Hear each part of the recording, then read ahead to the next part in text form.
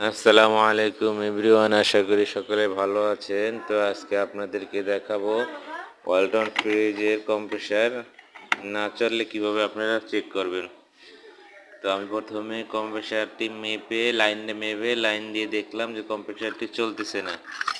তাই এখন আমি কম্প্রেসারের টার্মিনালটি খুলে কম্প্রেসারটি চেক করব। তো রিল ওভারলোড চেক করে দেখলাম যে ওভারলোডটি সম্পূর্ণ ভালো আছে, কিন্তু রিলেটি নষ্ট হয়ে গেছে। রিলেটি চেঞ্জ করার পরে আমরা লাইন দিয়ে দেখব যে কম্প্রেসারের কী অবস্থা।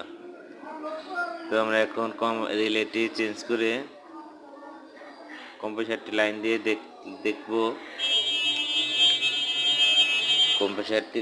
দেখব যে কম্প্রেসারটি চলতেছে কিনা। এখন আমরা কম্প্রেসারটি লাইন দিব।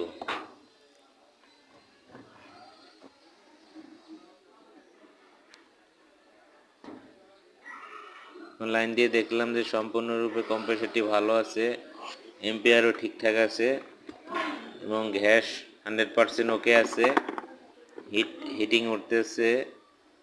এখন আমরা ফ্রিজটিকে ঘুরিয়ে নিয়ে দেখব ভিতরে বরফ হচ্ছে কিনা। এখন আমরা ফ্রিজটিতে ঘুরিয়ে নিলাম এবং ভিতরে বরফও সৃষ্টি হচ্ছে। যে গ্যাস 100% ওকে আছে।